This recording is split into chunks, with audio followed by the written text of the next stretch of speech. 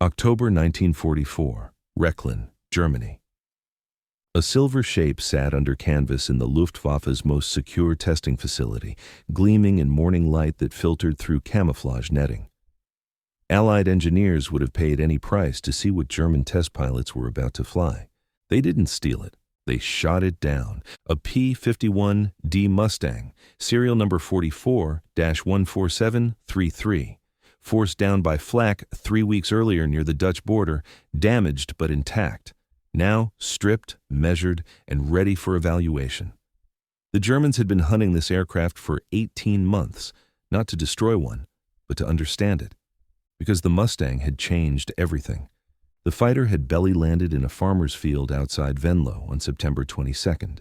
The pilot, Second Lieutenant James Harmon of the 357th Fighter Group, had taken flak damage over Dusseldorf during a bomber escort mission. Coolant leak, engine temperature climbing into the red. He'd coaxed the Packard Merlin 60 miles west before the engine seized. Harmon walked away. Wehrmacht infantry captured him within an hour. The Mustang sat in that field for 3 days while German technical intelligence assessed whether recovery was worthwhile. It was. By September 25th, a specialized recovery team from Rechlin had dismantled the fighter, loaded it onto 3 trucks, and transported it 400 miles east. Cost, 5,000 Reichsmarks, 2 days of skilled labor, fuel that could have supplied a panzer company for a week. Every resource was precious by then. They spent it anyway. Understanding the prize. The North American P-51 wasn't the fastest fighter of 1944. It wasn't the most heavily armed. What made it irreplaceable was a single innovation: range. Combat radius, 850 miles with drop tanks. No other Allied fighter could escort bombers to Berlin and return. The Thunderbolt managed 475 miles, the Lightning barely more. American heavy bombers had been flying deep into Germany since 1943, but until the Mustang arrived in numbers, they'd been dying there. January through March 1944. 8th Air Force bomber losses averaged 6% per mission over Germany. April 1944, after Mustang groups reached operational strength, losses dropped below 2%. The mathematics were brutal. At 6% losses, Bomber Command was trading 100 airmen for every major raid, unsustainable. At 2%, the Americans could maintain pressure indefinitely. They had the aircraft, they had the crews, they had the industrial base to replace losses faster than Germany could inflict them. The Luftwaffe had spent 2 years bleeding American bomber formations. Suddenly, their pilots were fighting for survival before they reached the targets. German planners needed to know how the Americans had achieved what their own engineers claimed was aerodynamically impossible: a fighter with drop tank range that could still dogfight Focke-Wulfs and Messerschmitts at altitude. The answer sat on the ramp at Rechlin. Hauptmann Werner Thierfelder circled the aircraft slowly. 29 years old, 218 combat missions, holder of the Knight's Cross with oak leaves. He'd flown captured Soviet fighters, a downed Spitfire Mark IX, even a patched-together P-47 that had belly-landed in France. Evaluation work was reserved for survivors. By October 1944, that pool was shrinking fast. "Amerikanische handwork," he said quietly to his wingman. American craftsmanship. The Mustang looked too delicate for war.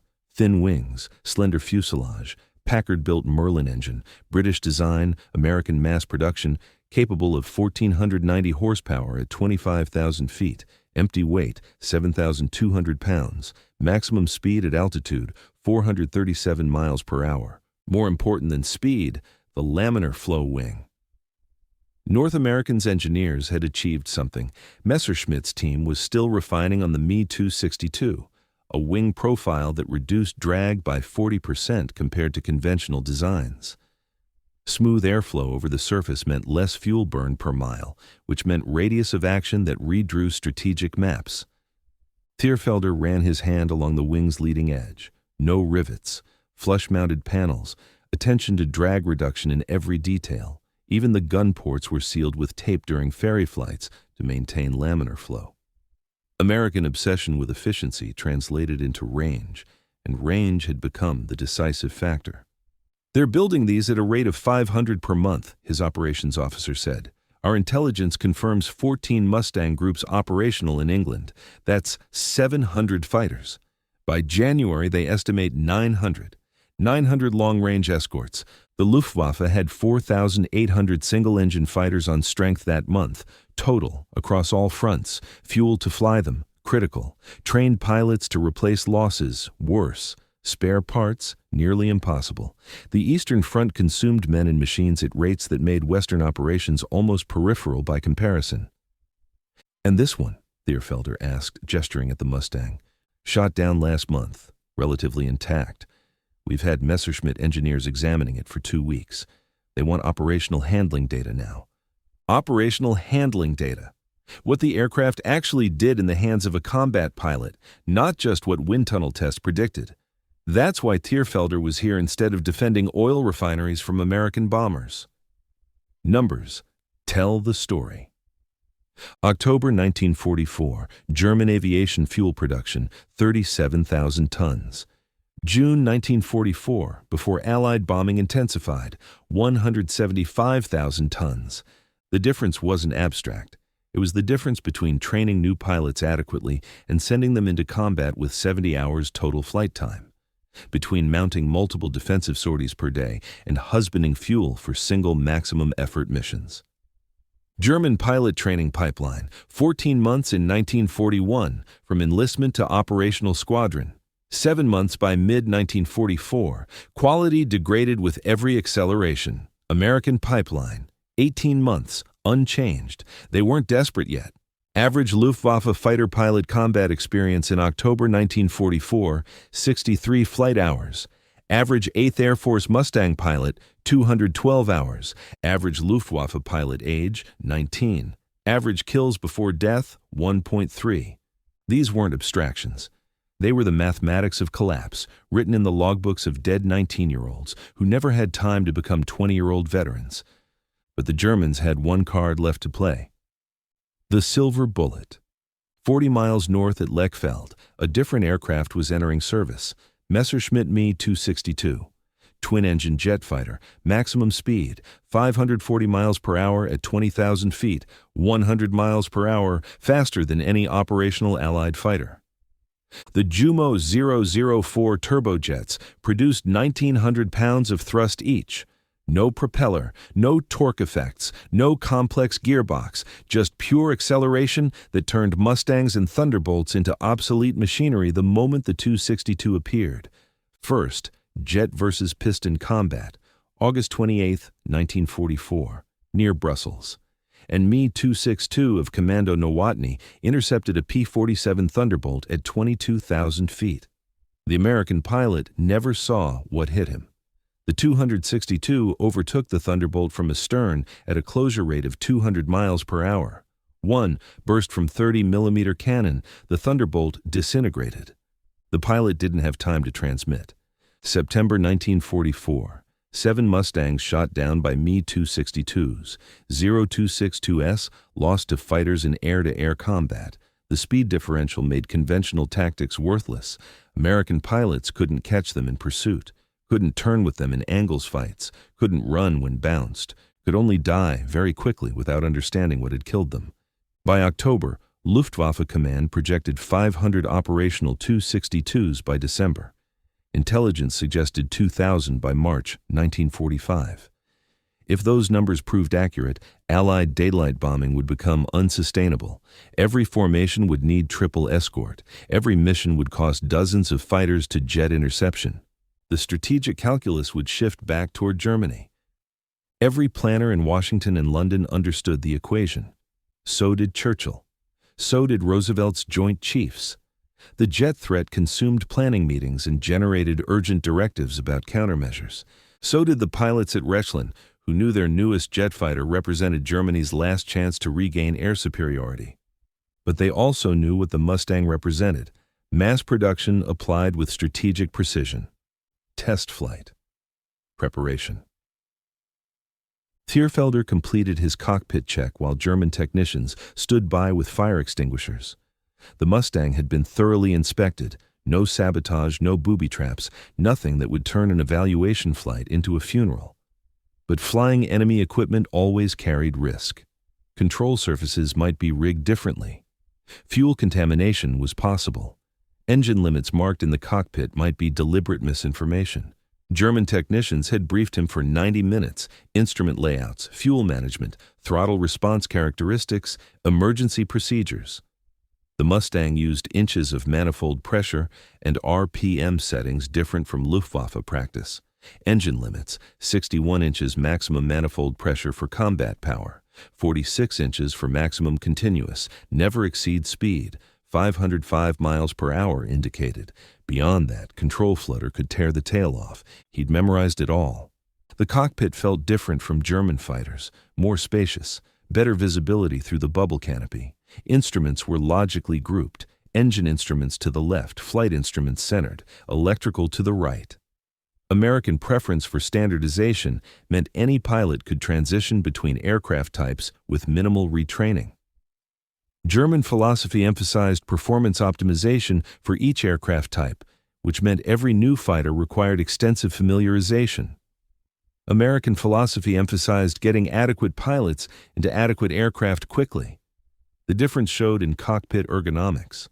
Thierfelder adjusted the seat height, checked rudder pedal position, verified fuel selector on main tank. 184 gallons internal.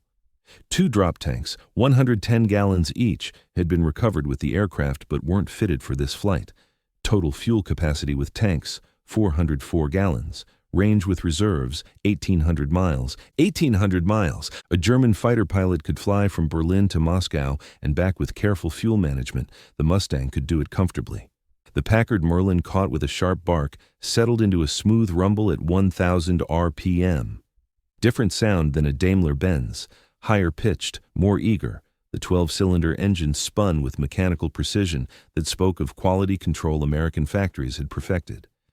He ran the magneto checks, left, right, both, watching RPM drop and recover within acceptable limits, cycled the constant speed propeller through its range, watched oil temperature and pressure climb into green arcs. Everything worked exactly as briefed. Rolling takeoff at 0900 hours, light crosswind from the southwest, temperature 62 degrees, visibility unlimited, conditions almost offensively perfect for an evaluation flight that would confirm how badly Germany had already lost. The Mustang accelerated faster than he expected, power-to-weight ratio superior to the BF-109G he'd flown that morning for comparison. Rotation at 110 miles per hour. Gentle back pressure. The fighter lifted cleanly, no tendency to swing or skip. Gear up.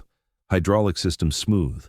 The fighter climbed at 3,000 feet per minute with half fuel load and ammunition bays empty. At 8,000 feet, he leveled off and began methodical handling tests. Flight characteristics. Roll rate, exceptional. The Mustang snapped through aileron rolls faster than any German fighter except the Focke-Wulf 190. Full deflection stick input at 250 miles per hour produced rotation rates that would have been combat decisive in a turning fight. American pilots could reverse direction faster than Messerschmitts could track. Stability. Neutral in pitch, requiring constant trim corrections but rewarding precise control inputs. Stable in yaw. Slight tendency toward Dutch roll at high altitude that corrected easily with rudder coordination. Not as viciously unstable as the BF-109 at high speed, where trim changes could snap the aircraft inverted. Visibility. Outstanding. The bubble canopy gave 360 degrees of clear view with no structural blind spots. German pilots had been demanding similar canopies since 1943. Bureaucratic delays and structural concerns had prevented implementation. The Americans had simply done it. He tried a simulated combat engagement against a circling BF-109G flown by his wingman. The Mustang turned inside the Messerschmitt at low speed, sustained turn rate slightly better, radius tighter. At high speed above 300 miles per hour, the 109 had a slight instantaneous turn advantage, but only if the pilot was skilled enough to exploit it before the Mustang's superior speed advantage opened the range. In a prolonged engagement, the Mustang would win through energy management, better power to weight, better acceleration, better zoom climb capability. The German pilot would make one or two good defensive moves, then run out of airspeed and altitude and options. "It forgives mistakes," Thierfelder reported over radio. "Stable at high speed, no bad habits, very neutral handling." That last observation mattered more than raw performance numbers. Combat aircraft need not just capability, but predictability. Pilots flying tired, wounded, low on oxygen at 25,000 feet, managing fuel and ammunition and formation position, couldn't handle temperamental aircraft. They needed machines that responded consistently, that didn't kill them for small errors in technique. The Mustang was docile enough for average pilots while offering expert pilots every advantage. German fighters were unforgiving specialists. The difference reflected training philosophy. Germany built aircraft for aces, America built aircraft for squadrons. He tested stalls, clean configuration, 68 miles per hour, gentle brake, easy recovery. Landing configuration, 59 miles per hour, pronounced buffet warning, straightforward recovery. No tendency to snap or spin.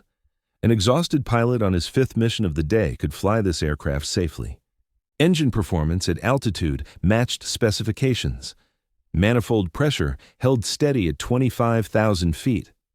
Merlin's two-stage supercharger maintained power output where German engines began gasping for air. Critical altitude for the Daimler-Benz 605, 21,000 feet. For the Packard Merlin in the Mustang, 31,000 feet. 10,000 feet of altitude advantage meant American formations could choose when and where to engage. German fighters had to climb through disadvantageous altitude bands to reach bombers. Mustang escorts sat above, waiting, with energy advantage and positional superiority. After 40 minutes, he brought the fighter back to Rechlin. Pattern altitude, 1,200 feet, gear and flaps extended. Final approach at 120 miles per hour. The Mustang settled onto the runway with barely a chirp from the tires. Excellent forward visibility over the nose during landing. No ground loop tendency. Brakes smooth and effective. He taxied back to the hangar feeling something like despair. The report. His evaluation was 3 pages of typed text, delivered to Luftwaffe Ministerium within 6 hours. Technical language, precise measurements, comparative analysis against German types. The conclusion fit in 2 sentences. This aircraft represents the current state of American aerial doctrine, long-range escort capability combined, with combat effectiveness at all altitudes. We have no equivalent in production or development. He could have written a 4th page about implications, about how this single fighter type had shifted strategic advantage, about how American industrial capacity made such focused development possible while German resources were scattered across competing programs. He didn't. The implications were obvious to anyone who understood how wars were actually won. What they already knew. The evaluation changed nothing. German engineers had understood the Mustang's advantages since captured examples first reached evaluation units in early 1944. They had measured the wing profiles, tested the fuel consumption rates, calculated the escort radius. They'd sent detailed reports to Luftwaffe Ministerium with recommendations for countermeasures and domestic development programs. Nothing improved. It wasn't ignorance. It wasn't poor engineering. It wasn't lack of German technical capability. Messerschmitt's team could have designed an equivalent fighter. Probably a better one. German aviation engineering remained world-class through 1945. It was too late. The Mustang that Thierfelder flew represented 41 months of development from initial design to combat deployment. First flight, October 26, 1940. Initial production variant, 1941.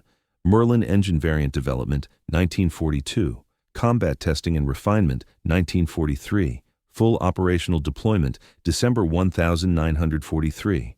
4 years from concept to strategic impact. North American Aviation refined the aircraft through 4 major variants, incorporating combat feedback, upgrading engines, extending fuel capacity, improving armament. Each improvement built on operational experience gathered from hundreds of combat missions. By October 1944, the P-51D represented the culmination of that iterative development process. American industry produced 15,839 P-51s during the war. Peak production, November 1944, when factories delivered 605 aircraft in 30 days, 20 fighters per day every day for a month. Germany couldn't match that timeline or those numbers even if they'd started in 1940. They didn't have the industrial capacity. They didn't have the resource security. They didn't have the strategic luxury of 3 years to develop and refine before committing to mass production. Why Germany lost the technology race. Resource allocation was the first constraint. By October 1944, Germany was fielding 17 major combat aircraft types in production simultaneously. Fighters, Bf-109G, Bf-109K, FW-190A, FW-190D, FW-190F, Me-262, He-162. Bombers, Ju-88, Ju-188, He-177, R-234. Night fighters, Bf-110G, Ju-88G-6, ground attack HS-129, Ju-87, reconnaissance variants for most types. Each required separate tooling, separate training pipelines, separate spare parts logistics, separate maintenance protocols. A squadron transitioning from Bf-109Gs to Bf-109Ks, theoretically similar aircraft, required 3 weeks of training and complete parts inventory replacement. American approach, 6 primary combat types: P-51 Mustang, P-47 Thunderbolt, P-38 Lightning, B-17 Flying Fortress, B-24 Liberator, B-29 Superfortress for Pacific operations. Standardization meant faster production, simpler maintenance, better pilot transition training, interchangeable parts between units. When a Mustang group needed replacement aircraft, they arrived with familiar equipment, familiar quirks, familiar maintenance requirements. When German units needed replacements, they might receive different models requiring complete retraining. The administrative cost alone was staggering. Logistics officers managing 17 aircraft types versus 6. Maintenance crews needing 17 sets of specialized tools versus 6. Training pipelines, fragmenting resources across competing programs. Strategic materials created the second constraint. A single Jumo 004 jet engine required 63 pounds of chromium, 92 pounds of nickel, 38 pounds of molybdenum for heat-resistant turbine components. Germany's access to these strategic metals had been progressively cut by Allied advances and naval blockade. By October 1944, chromium imports from Turkey had ceased. Nickel from Finland was irregular. Molybdenum supplies were critically short. Jet engine production was limited not by manufacturing capacity or engineering knowledge, but by raw material availability. Each 262 built meant resources unavailable for conventional fighters that were still needed in far larger numbers. Building one jet meant not building 5 Bf-109s. The strategic calculation became impossible. Build the wonder weapon that might change the war, or build conventional fighters to slow the bleeding. Germany chose both and achieved neither in sufficient numbers. Fuel defined the third constraint, the killing constraint. Jet engines consumed fuel at rates that made German logistics impossible. A Bf-109G used 180 liters per hour of combat operations, and Me-262 consumed 2,000 liters per hour at combat power settings, 11 times the fuel burn for each sortie. October 1944, German fuel stocks, sufficient for 18 days of current operations at existing sortie rates. No reserve, no margin for increased operations, new production failing to meet consumption. Allied bombing of synthetic fuel plants had reduced production by 78% since June. Every jet sortie meant 11 conventional fighters stayed grounded. Every hour and Me-262 flew meant 11 hours of Bf-109 operations canceled. The mathematics made jet operations strategically questionable, even when tactically decisive. Pilot training was the fourth and final constraint, interlocked with fuel shortages. The Me-262 required minimum 200 flight hours before combat deployment. Turbine handling characteristics, high-speed approaches, single-engine procedures, emergency protocols, training consumed fuel. Germany didn't have, in time they'd already lost. Jet engines were temperamental, compressor stalls from rapid throttle movements, turbine blade failure from overtemperature, flameouts from fuel starvation during hard maneuvering. A pilot needed experience to manage these risks. Putting undertrained pilots in jets meant losing both pilot and irreplaceable aircraft to accidents before combat even began. By contrast, every Mustang shot down over Germany was flown by a pilot with 200 hours minimum who would be replaced within a week by another pilot with 200 hours. The American pilot pipeline never stopped. Training bases in California and Texas operated year-round, immune to bombing, supplied with unlimited fuel. Germany's pipeline had been dry since June. Replacement pilots arrived at squadrons with 70 hours total time and died within their first 3 missions. The uncomfortable truth. Thierfelder's report reached Berlin on October 28, 1944. It joined 17 other captured aircraft evaluations filed that month. Staff officers read them, filed them properly in appropriate folders, distributed copies to relevant technical departments, changed nothing, because the data only confirmed what operational results had been screaming for 6 months. Germany was fighting a war of attrition it couldn't win. The Mustang wasn't revolutionary because of secret technology or brilliant innovation. It was revolutionary because it represented industrial capacity applied with strategic clarity and sustained over years. America had identified the problem, bomber losses to unescorted deep penetration, and solved it with focused engineering. One excellent long-range fighter, produced in overwhelming numbers, supported by unlimited fuel and trained pilots and spare parts, simple, brutal, effective. Germany had identified dozens of problems and attempted to solve all of them simultaneously with fragmentary resources and collapsing logistics. Complex, sophisticated, inadequate, the Me-262 could have changed the war if it had arrived in operational numbers 18 months earlier. If fuel production hadn't collapsed, if pilot training hadn't been cut to dangerous minimums, if resources hadn't been divided across too many competing programs, if Hitler hadn't insisted on bomber variants, if Allied intelligence hadn't identified jet bases for priority targeting. None of those ifs were possible by October 1944. The chain of decisions that led to defeat had been forged years earlier. What happened to the 262? Messerschmitt delivered 1,430 complete Me-262s by war's end. Production peaked in March 1945 at 385 aircraft despite round-the-clock Allied bombing. Roughly 800 jets reached operational units between November 1944 and May 1945. Of those 800, approximately 200 flew combat missions before fuel shortages and pilot losses ended meaningful operations. The rest sat at airfields, pristine and deadly and useless, waiting for fuel that never arrived. Allied fighters destroyed 116 Me-262s in confirmed air combat, mostly on approach when the jets were slow and vulnerable and committed to landing patterns.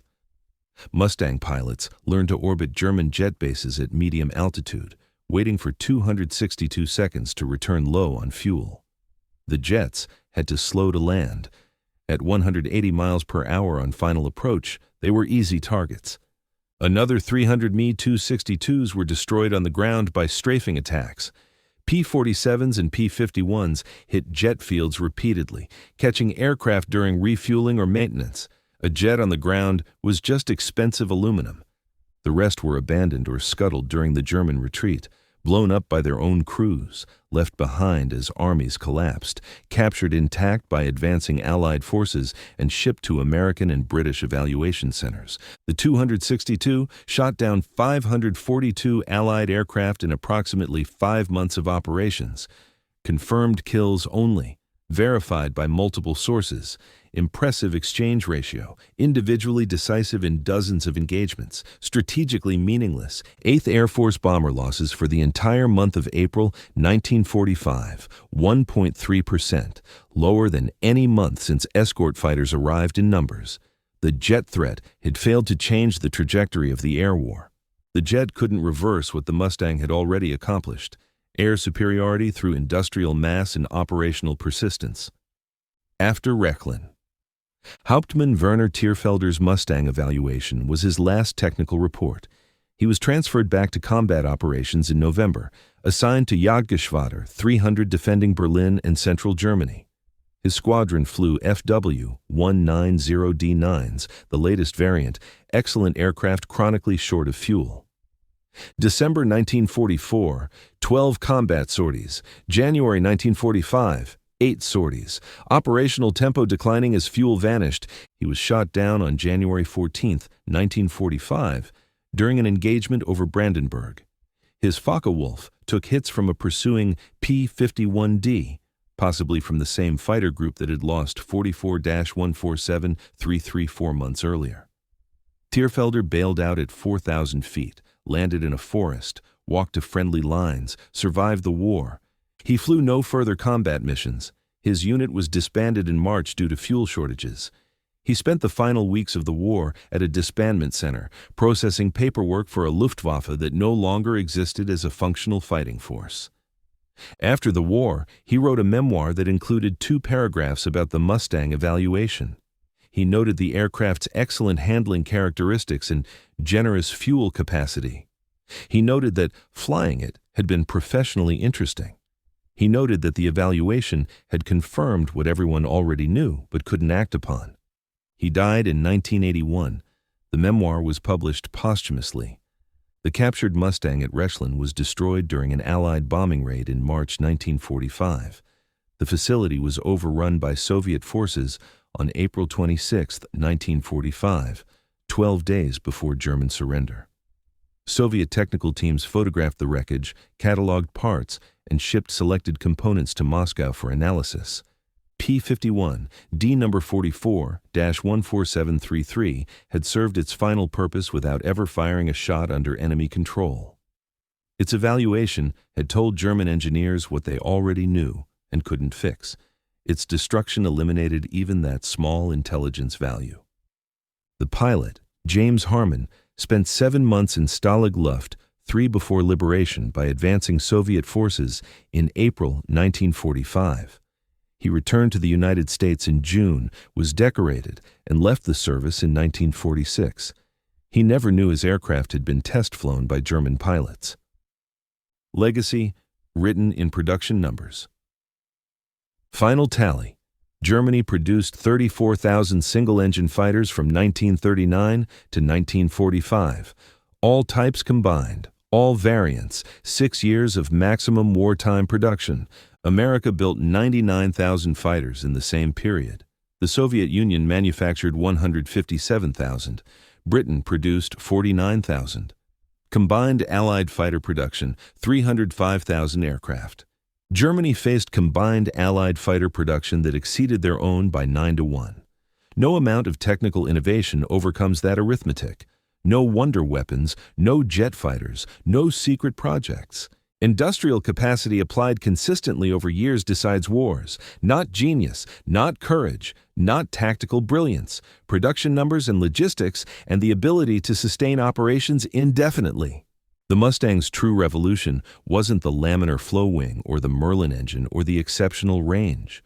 Those were engineering solutions to defined problems. The revolution was the strategic vision that created it.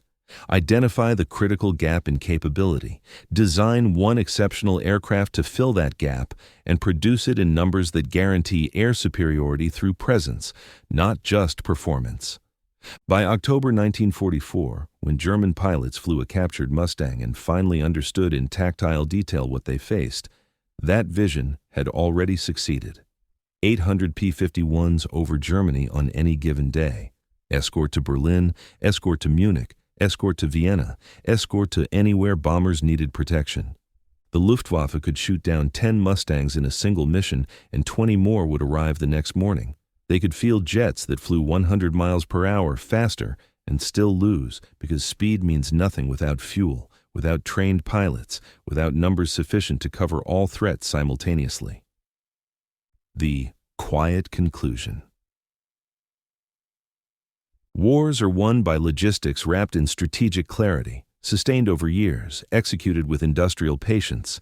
The Mustang represented all three. German engineers understood this after Rechlin. They'd probably understood it before. Understanding came too late to matter. The captured fighter that returned to Germany told them what they'd already lost: not a single engagement, not a crucial battle, but the industrial war that decided everything beneath tactical outcomes. They'd been building brilliant individual aircraft while America built an air force. They'd been solving immediate problems while America solved the fundamental problem of air superiority. The evaluation flight lasted 40 minutes. The data took 3 pages to report. The implications were contained in production statistics available to anyone who looked honestly at the numbers. October 1944, German test pilots flew the fighter that ended their air force, wrote reports nobody could act on, and returned to combat knowing exactly how the war would end. The Mustang would keep flying. American factories would keep producing. Pilot training would continue uninterrupted. Fuel would flow from secure refineries in Texas and California. Spare parts would arrive when needed. Replacement aircraft would fill losses overnight. And Germany would keep fighting with dwindling resources, shrinking fuel stocks, and ever younger pilots until the mathematics of industrial war rendered further resistance mathematically impossible. The war was already over. The Mustang evaluation just confirmed it with precision only test pilots could appreciate. Silver shape under canvas, enemy markings on familiar surfaces, engineering excellence in the hands of those it was designed to defeat, and the quiet realization that excellence wasn't enough when the other side had excellence backed by industrial might that could sustain operations indefinitely. Thierfelder had flown the future. It belonged to someone else. That's what the October 1944 evaluation actually meant. Not technical specifications, not handling characteristics, not combat performance, just the clean arithmetic of defeat, written in rivets and fuel capacity and the simple fact that America could replace losses faster than Germany could inflict them. The war was over. Some people just hadn't stopped fighting yet.